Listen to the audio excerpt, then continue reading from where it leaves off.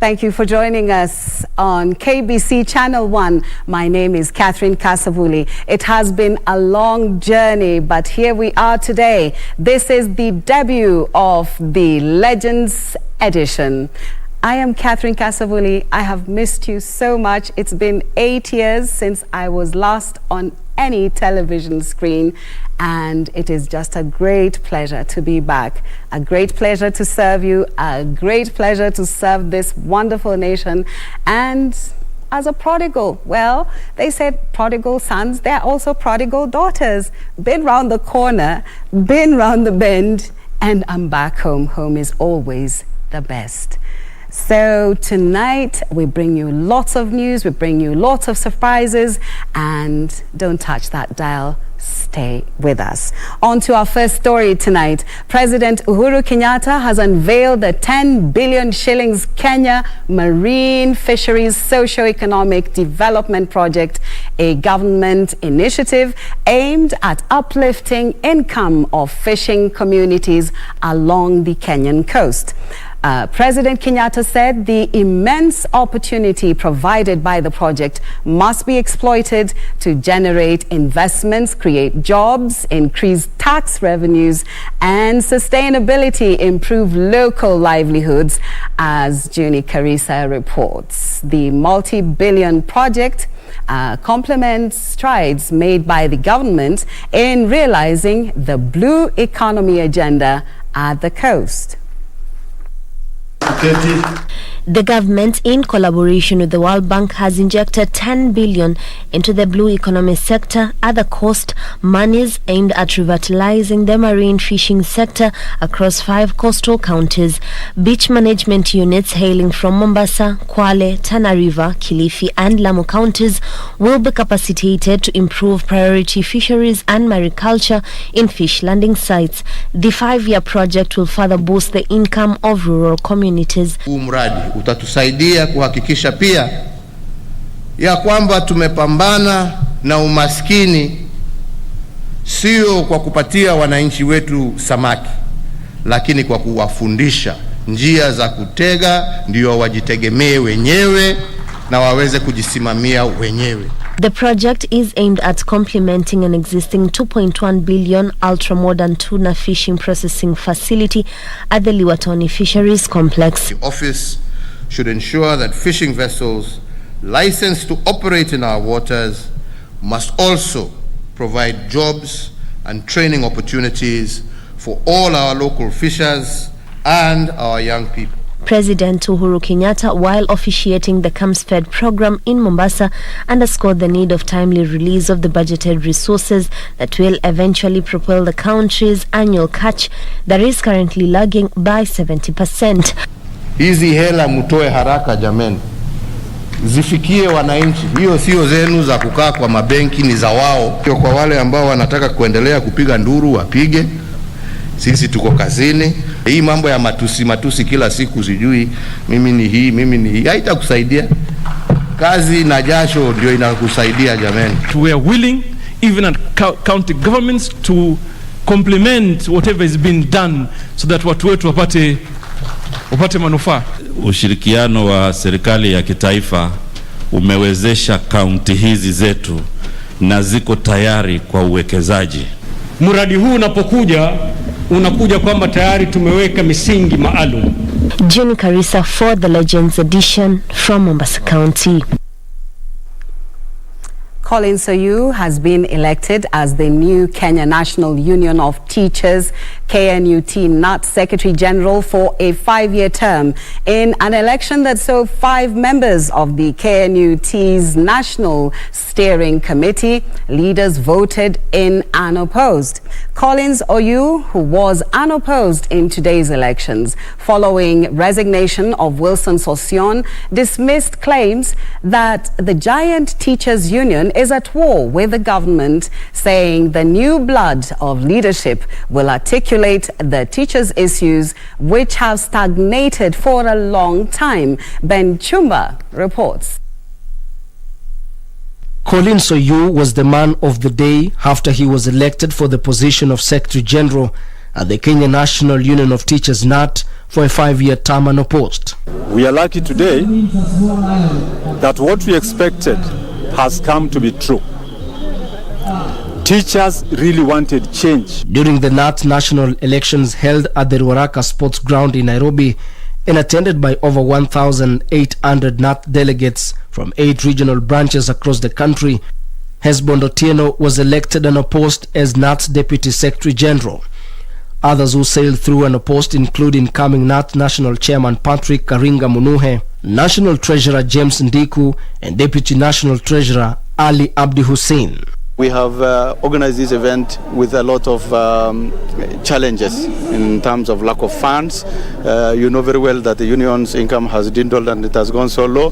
So planning for such an event is very expensive, and it's not a small event. With the NAT elections coming barely hours after Wilson Sosion's resignation as the Union Secretary General, incoming Secretary General Colin Soyu immediately dismissed claims by his immediate predecessor that NAT is at war with government. I want to declare that the union is not at war with the government. The union is not at war with the employer. Yes. These were personal differences. If we feel that there is an input that we need to get from Wilson, we will always do it. We have never had any bad blood with him. The only things that we were solving were operational or functional challenges. Ben Chumba, reporting for Legends Edition. Former GEM Member of Parliament Jakoyo Midiwo has been buried. The late lawmaker was buried today at his father's home in GEM Siaya in a funeral ceremony that saw politics take center stage and with little regard to COVID-19 protocols. Wycliffe Okech with the details.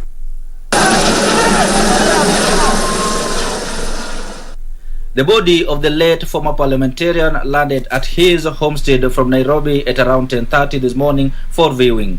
It was then transported to Ndori Primary School, where the funeral service was conducted. The venue choice was informed by the Ministry of Health requirement of social distancing. However, all these protocols will be thrown out of the window as large crowds gathered to witness the final send-off of the former lawmaker.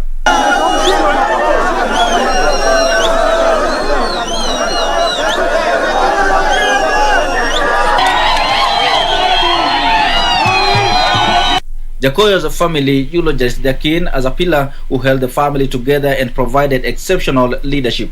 It is very hard for me to summarize 31 years with Mheshimiwa in 5 minutes. Jakoyo loved you people and you loved him back passionately. As expected, politics consumed a large chunk of the ceremony, with the politicians recalling fond memories they had with their former colleague one after another. We are saying goodbye to somebody who has left a very good record in Parliament and whose goodbye today is witnessed by his colleagues in Parliament. He was also a defender of the ODM party on the floor of the House and outside. When you crossed his path, you would feel the fire from Jakoyo. ODM party leader Raila Odinga using the opportunity to address allegations that his party rigged out the former lawmaker in the 2017 GEM parliamentary race. We now know what went wrong during the nominations. And we've said we don't want, never again do we want to see a repeat of what happened that time. So we have said that going forward we are going to implement the recommendations that are contained in Catherine Muma's report. And we have also changed the elections board, which we had in 2017. The departed politician was buried at his father's home in GEM, Siaya County, and is survived by 2 widows and 4 children. For Legends Edition, I'm Wycliffe Okech.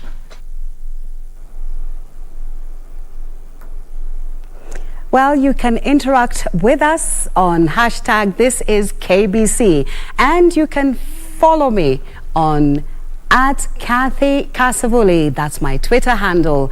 Twitter @Kathy Kasavuli. C capital, K capital. Any other Kasavuli is not mine. So please, that's a disclaimer. This is the genuine Twitter handle @Kathy Kasavuli, C capital, K capital. We're taking a break. We'll be back soon.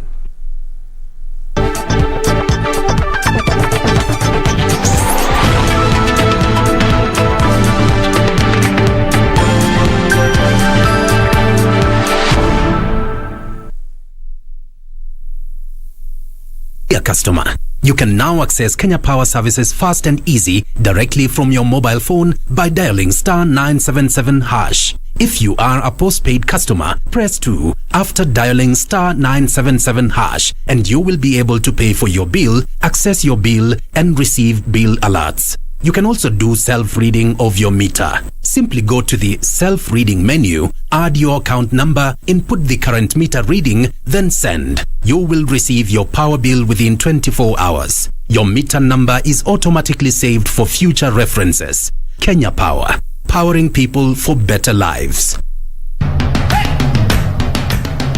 Bwana Motiso, pikipiki yako ndio hii. Uko shwani yangu. Hii pikipiki ni unakumbuka uniekelea the lowest unique bid yako ilikuwa ngapi? 18 shillings. Na unajua kuendesha hii gari?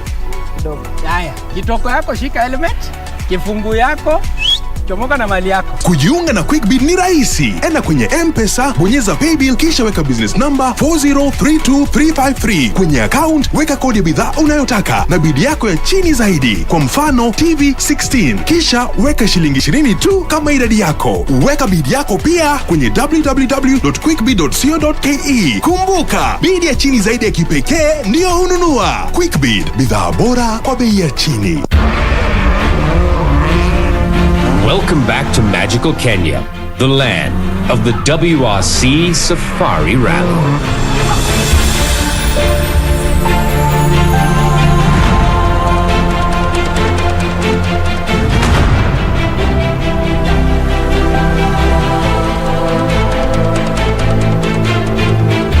The WRC Safari Rally is back from the 24th to the 27th of June.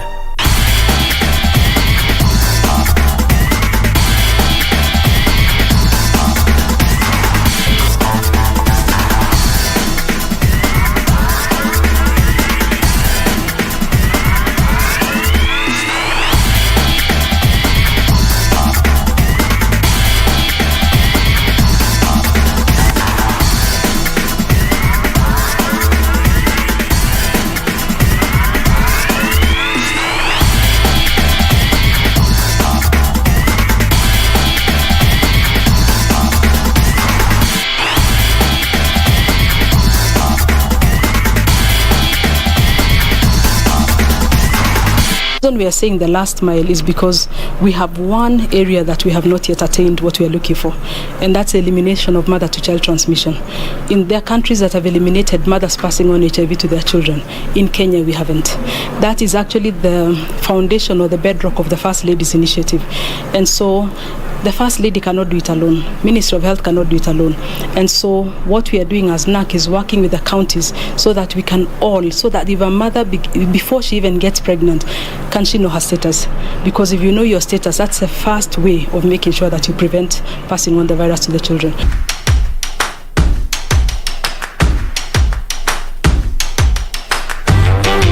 The future of money is simple, like unlocking possibilities with a smile. And having the world in the palm of your hand. It's the ability to touch many lives at the same time and turn your dreams into reality. It's forgetting and still remembering. Simple is having everything that you love in one place. From the ticket to your next meal, to your ticket to the next holiday,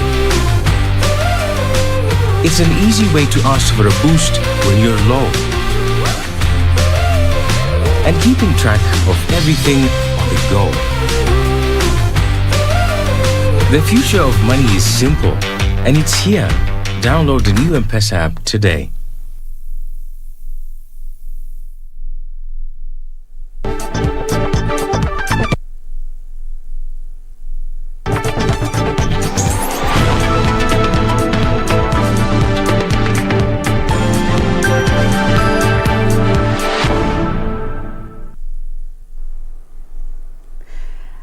Thank you for being with us. This is the Legends News Edition.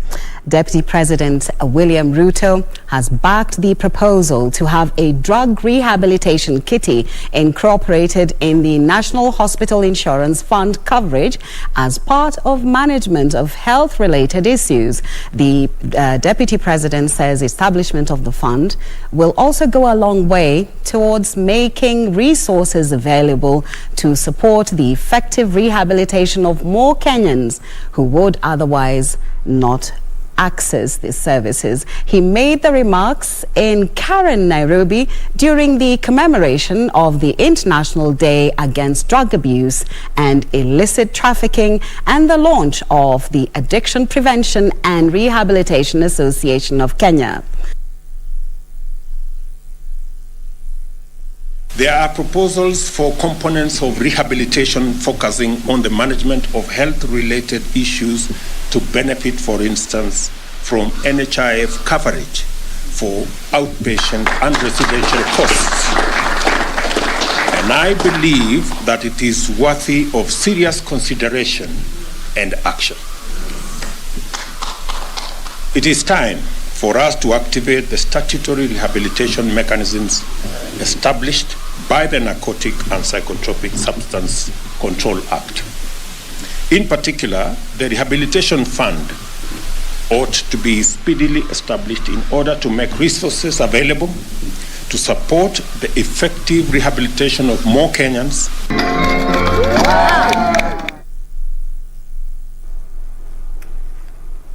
The country's COVID-19 positivity rate in the last 24 hours has reduced to 7.6% after 508 people out of a sample of 6,664 testing positive for the disease. According to a statement by the Ministry of Health, the total confirmation positive cases are now 182,393 and cumulative tests conducted so far are 1,940,066.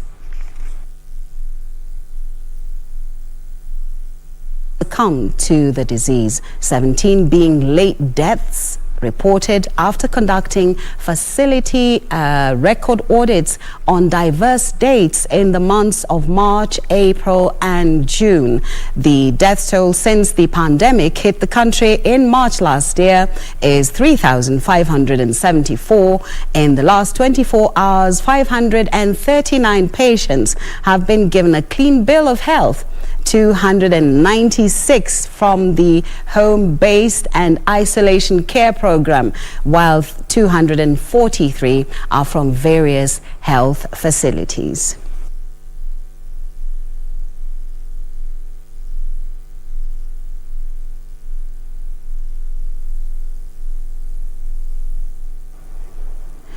Beat Time and Saturday Night Show are among radio programs that hooked listeners countrywide to the KBC channel service in the late 80s and through to the new millennium. The two popular shows were produced and presented by John Karani, who is back to Broadcasting House as 16 years H's, and you guessed it, right? The two shows are back on the radio airwaves and with John Karani as the host. He spoke to Kamche Menza about reviving the programs and what is in store for the fans. Friday is the 25th day of June 2021 and this is Dancehall Kings and Queens. It's Beat Time Show. John Karani is a radio producer, presenter and a family man. Basically, I started my career in 1990. Actually, I came from KMC in 1989. So 1990, I joined KBC as a radio producer and presenter. Basically, I've been on KBC from 1990 up to around 2005. And then from 2005, I went to Tanzania. I went to work for a radio station called Kiss FM in Mwanza, Tanzania. So there I stayed for almost 6 years. Then I went to Dar es Salaam.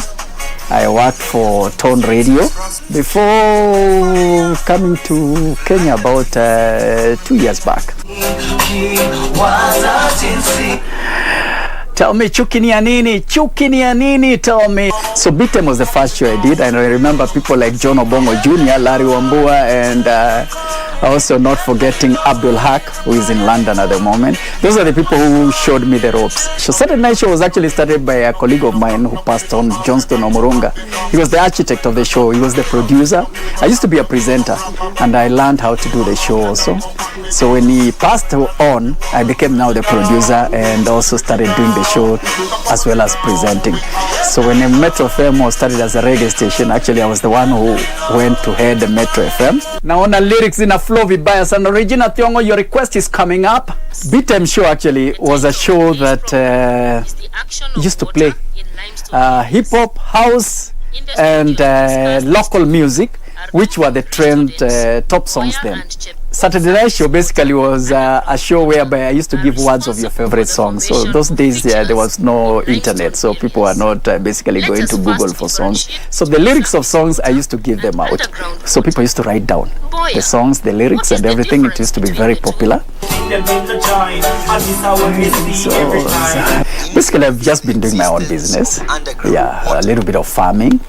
And also, just biashara. But radio has never been very far from my mind. So it's actually a pleasure to come back and do what I do best. BTM show, we are going back to the 80s and 90s. That's basically what is happening, because most radio stations are now not even concentrating in that music of the 80s and 90s. So that's basically the niche that I'm targeting. Saturday Night Show, I'll just have to blend the new and the old. Words of your favorite song will be there, but basically I'll be giving also the meaning of the song, what the artist was thinking when doing that song, basically. So that's what I'll be doing. And also the story still, and people have been asking, where are some people who used to be very popular in terms of entertainment? Where are they? People like DS Karaoke, DJ Kariski, DJ Pinye. So those are the people that basically I'll be bringing back and telling people, here they are, stick by me.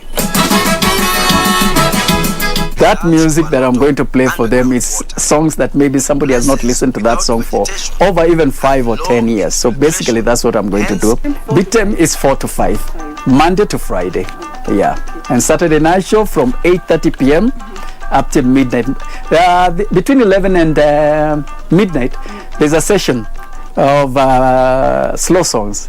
It's late date actually, but I call it Shika Shika time. So basically I'm going to bring it back in terms of late date, yeah.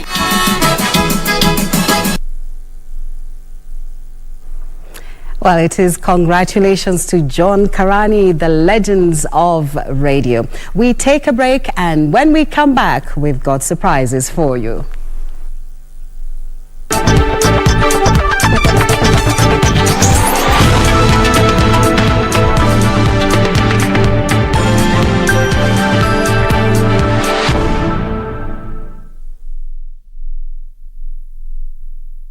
Kuna vitu zingine sio kama kuchokoza dem sio kuwadhulumu kuwapiga sio poa, ni hatia na kukosa utu. Tushikane watu wote tuwe kuwalinda wanawake tuwe wanaume fondu moja ni It's not a boys club if you aren't all winning. Be better and demand the same of those around you. Kuwa Bazutru. Stop gender-based violence.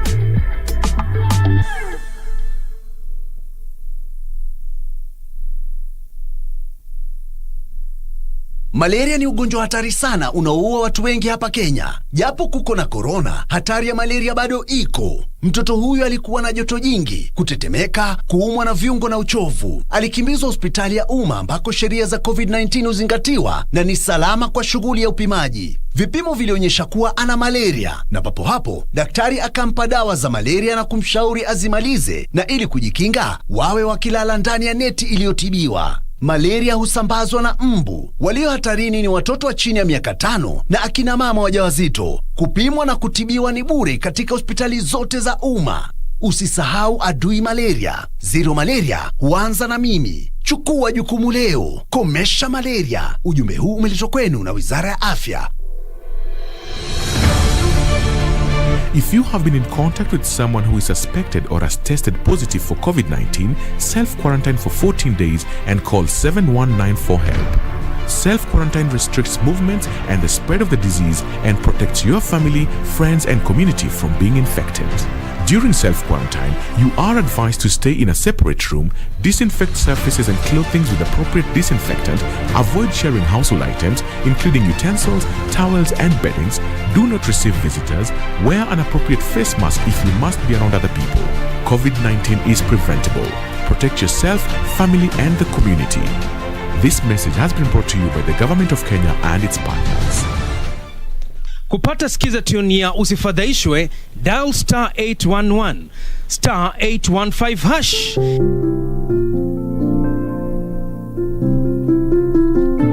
Usifadhaishwe na mafanikio ya wengine ukihisi kwamba maisha yako hayana maana.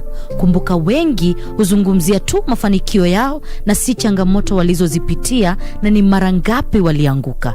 Tia bidii, muda wako utafika. Ili kupata skiza tune hiyo ya usifadhaishwe kwa simu yako, dial star 811 star 815 hash, star 811 star 815 hash. Sasa hii ng'ombe ni yako. Asante.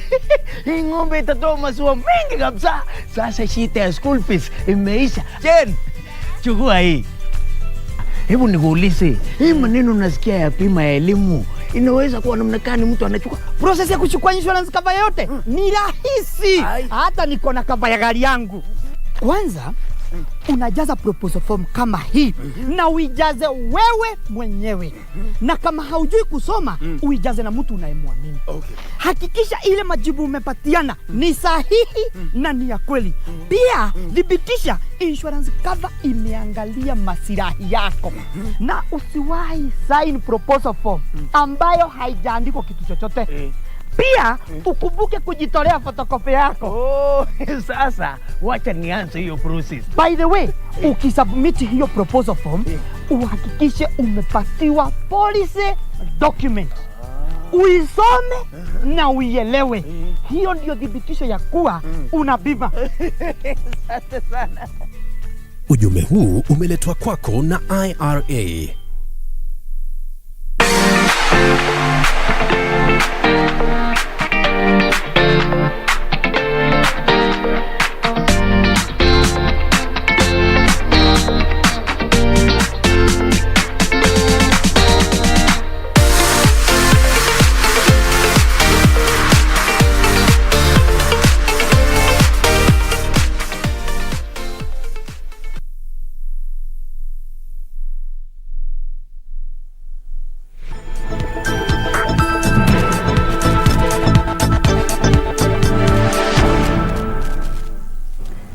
Thank you for joining us on this wonderful Legends edition.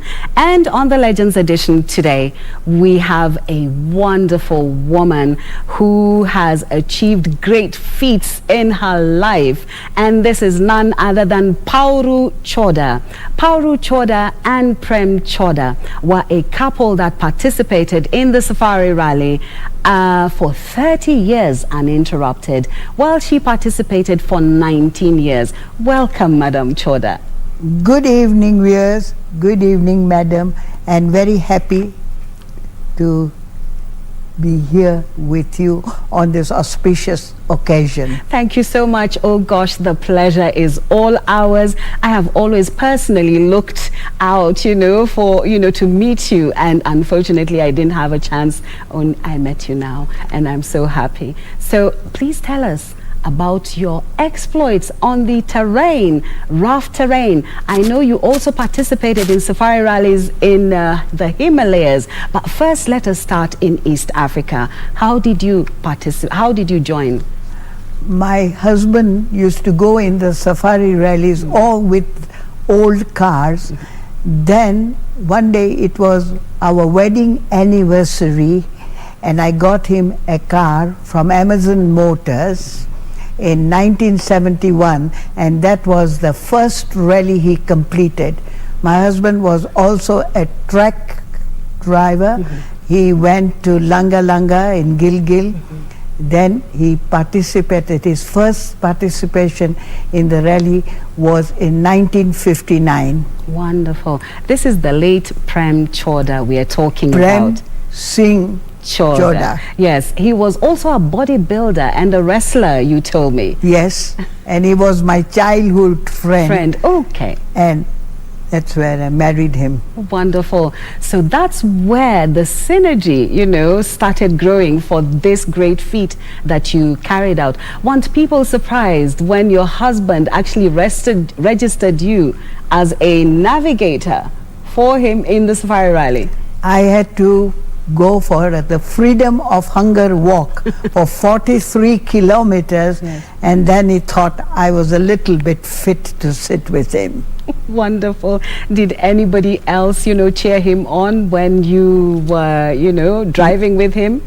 There were many people who thought, oh, this woman is not straight in her head to go in the Safari Rally with her husband. But when I finished in 1973, 74, 75, 76, I said, no, this woman is all right for the safari.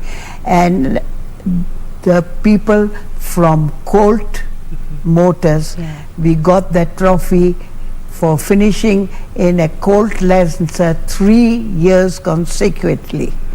And we've got that trophy standing at home admiring the glass case. Which is your favorite car that you use? Because you actually did a span of 19 years navigating your husband. What car was the best car that you used in the Safari Rally? Nothing to touch the Colt Lancer. Hurrah. Wonderful. What number were you bearing? Was that the one you were in, number 69? Yes, that was the first safari I finished. Yes, that was in 1974.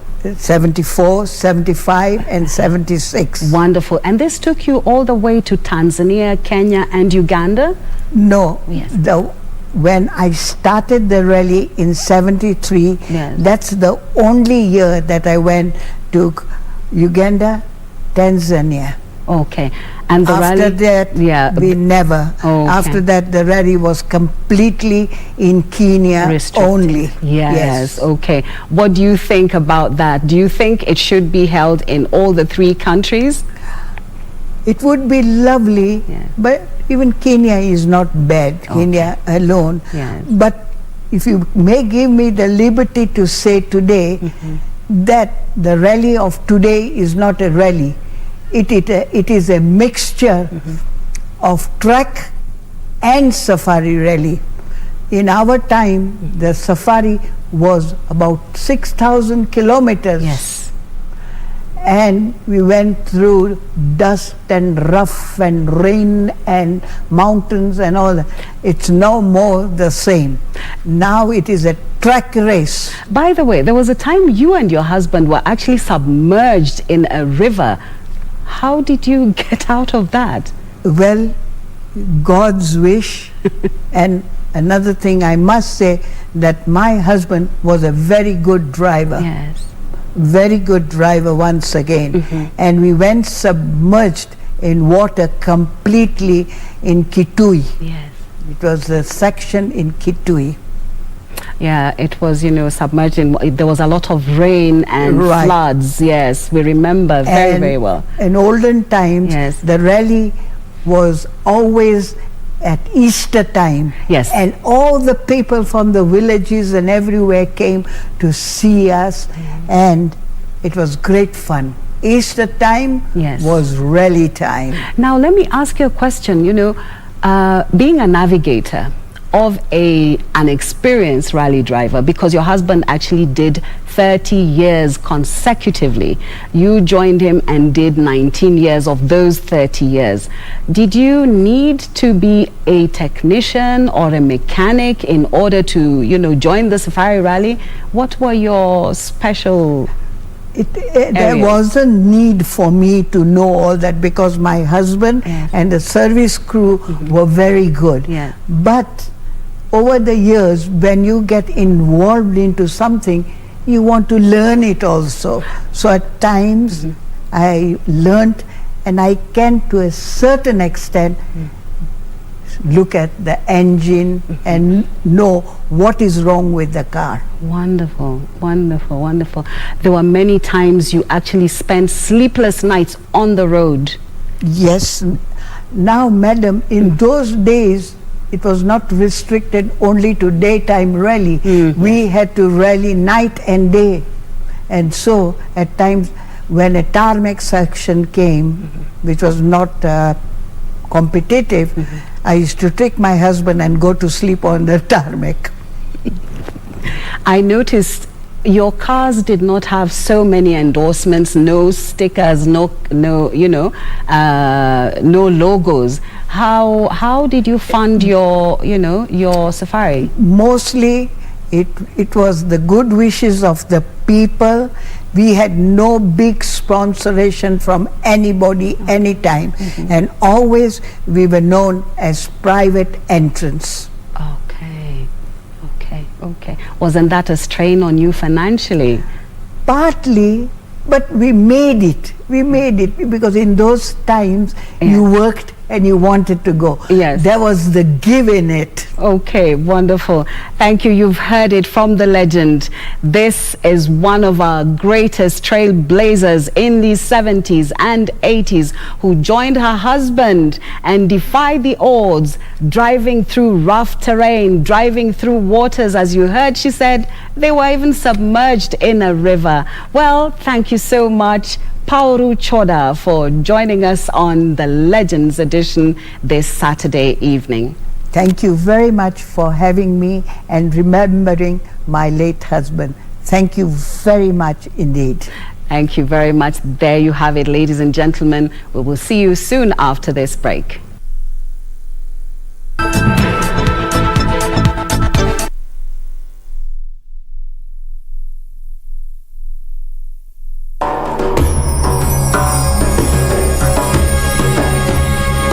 Born a slave, forced to hide her origins. Who are you? I am Esther. A Babylonian name. And through love, she became a queen. Forget your name, but never forget you're a Jew. Because in the will of God, the salvation of an entire people depends on the courage of one woman. Rise, Esther, Queen of Persia and Media. Hail to the Queen! The stability of the entire kingdom is in danger.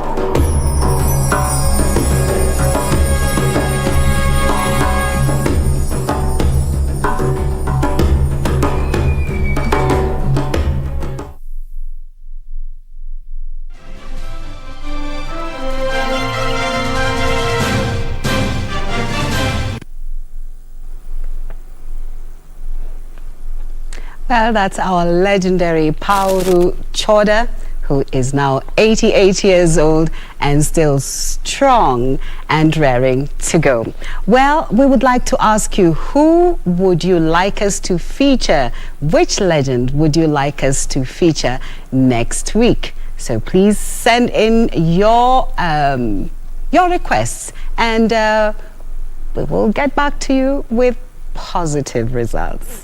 And now on to our sports news tonight. Thierry Neuville maintained his overnight lead after registering blistering pace in 6 grueling Safari Rally Kenya stages in Elmentaita, Soisambu and Sleeping Warrior.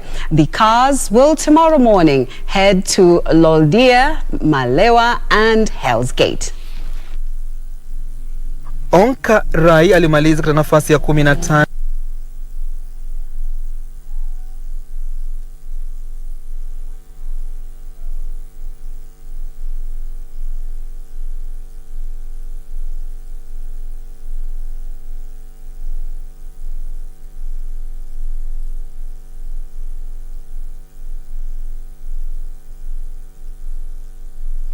Well, we apologize for that mix-up. We move on to our next story. Ahly coach Pitso Musimane has called on his players to try and protect their 1-0 lead when they take on Esperance in the return leg of the CAF Champions League semi-final tonight in Egypt. Well, Rogers Ouma and Michael Karamor netted a goal apiece as Western Steamers stunned reigning champions Gor Mahia 2-1 in a Kenyan Premier League match that was played today. Meanwhile, AFC Leopards beat Wazito 2-1, while Poster Rangers beat Mathare United 2-1. KCB played out a goalless draw against Kakamega Homeboys.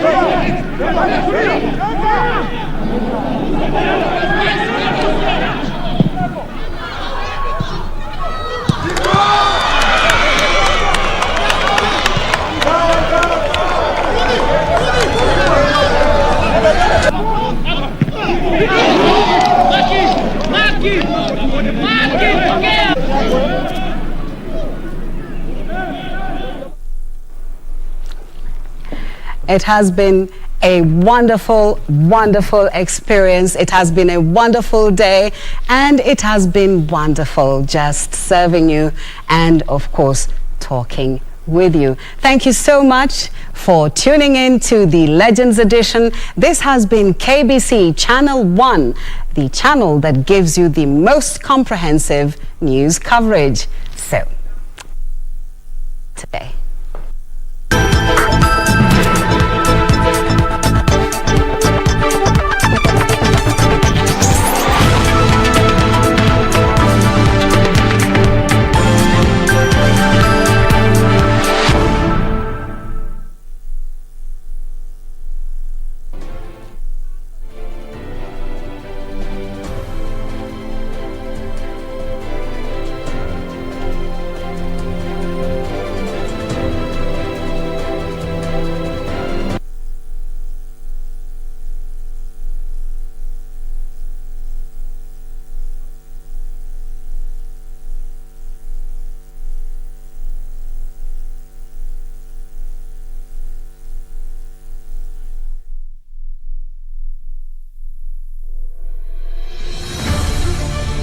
Virusi vya korona huenea unapokaribiana na mtu aliyeambukizwa kupitia matone, haswa wakati anapokohoa au kupiga chafya, na pia kwa kugusa sehemu au vifaa vilivyo na virusi hivi.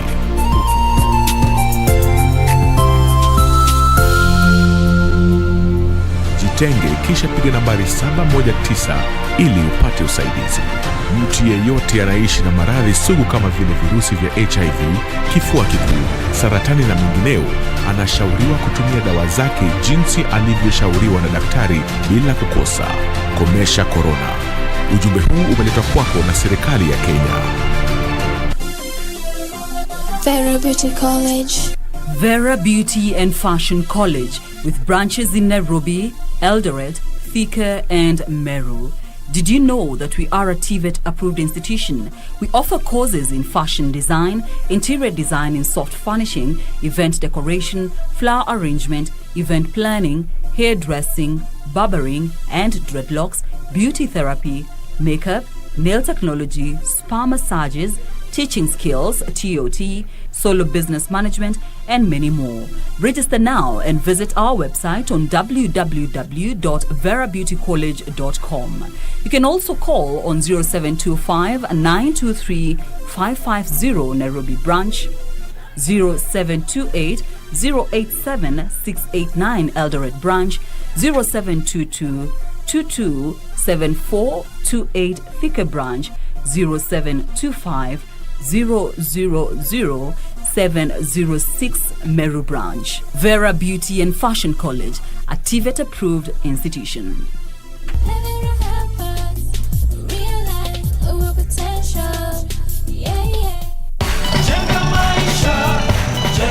Watu wangu wa mjei strong. Unajua kuregister na NCA, National Construction Authority, inamaanisha nini?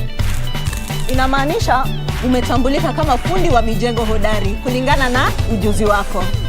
Inamaanisha umesimamiwa kiafya, kikazi, kimalipo na kisheria kote Kenya. Inamaanisha pia umeaminika. Wewe sio fundi bandia na kwa hivyo utaitiwa kazi mingi. Be sure, Jenga Smart, to ensure the safe construction of all residential, commercial structures, roads and other works. The National Construction Authority is directing all contractors to be registered with and workers accredited by the authority to ensure compliance with the construction regulations of Kenya. Reach our customer care team on 0709 126 173, 0709 126 102 and 0709 126 172. National Construction Authority. Building a strong Kenya. Dear customer, you can now access Kenya Power Services fast and easy directly from your mobile phone by dialing *977#. If you are a postpaid customer, press 2 after dialing *977# and you will be able to pay for your bill, access your bill and receive bill alerts. You can also do self-reading of your meter. Simply go to the self-reading menu, add your account number, input the current meter reading, then send. You will receive your power bill within 24 hours. Your meter number is automatically saved for future references. Kenya Power, powering people for better lives. Ni jukumu letu kuu kuwalinda watoto dhidi ya maradhi yanayotishia maisha yao kama vile ukambi, rubela na pepo punda. Utafiti uliofanywa na Wizara ya Afya kwa ushirikiano na Shirika la Afya Duniani WHO umeonyesha kuwa kaunti 22 zinakabiliwa na hatari ya mchamko wa ukambi na rubela. Kwa sababu hiyo, kutakuwa na zoezi la utoaji chanjo dhidi ya maradhi hayo kuanzia tarehe 26 mwezi huu wa Juni hadi tarehe 5 mwezi Julai katika vituo vya afya katika kaunti husika. Ukiwa na mtoto wa umri wa miezi 9 hadi miaka 5, usikose kumpeleka kwa ajili ya kupata chanjo. Ujumbe huu umeletwa kwako na Wizara ya Afya pamoja na UNICEF. Kumbuka, chanjo inakinga.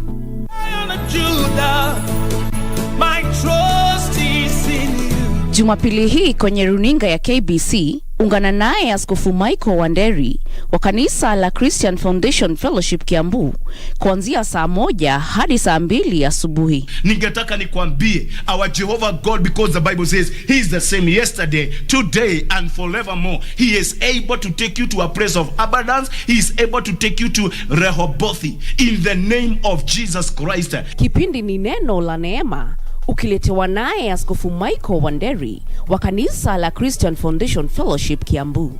Usikose. My trust is in you. Bwana Motiso, pikipiki yako ndio hii. Uko shwani yangu. Hii pikipiki ni, unakumbuka uliekelea the lowest unique bid yako ilikuwa ngapi? 18 shillings. Na unajua kuendesha hii gari? Kidogo. Haya, kitoko yako shika helmet, kifungu yako Tomoka na mali yako. Kujiunga na QuickBid ni rahisi. Enda kwenye M-Pesa, bonyeza paybill kisha weka business number 4032353. Kwenye account weka kodi ya bidhaa unayotaka na bid yako ya chini zaidi. Kwa mfano TV 16. Kisha weka shilingi 20 tu kama idadi yako. Weka bid yako pia kwenye www.quickbid.co.ke. Kumbuka, bid ya chini zaidi ya kipekee ndio hununua. QuickBid, bidhaa bora kwa bei ya chini.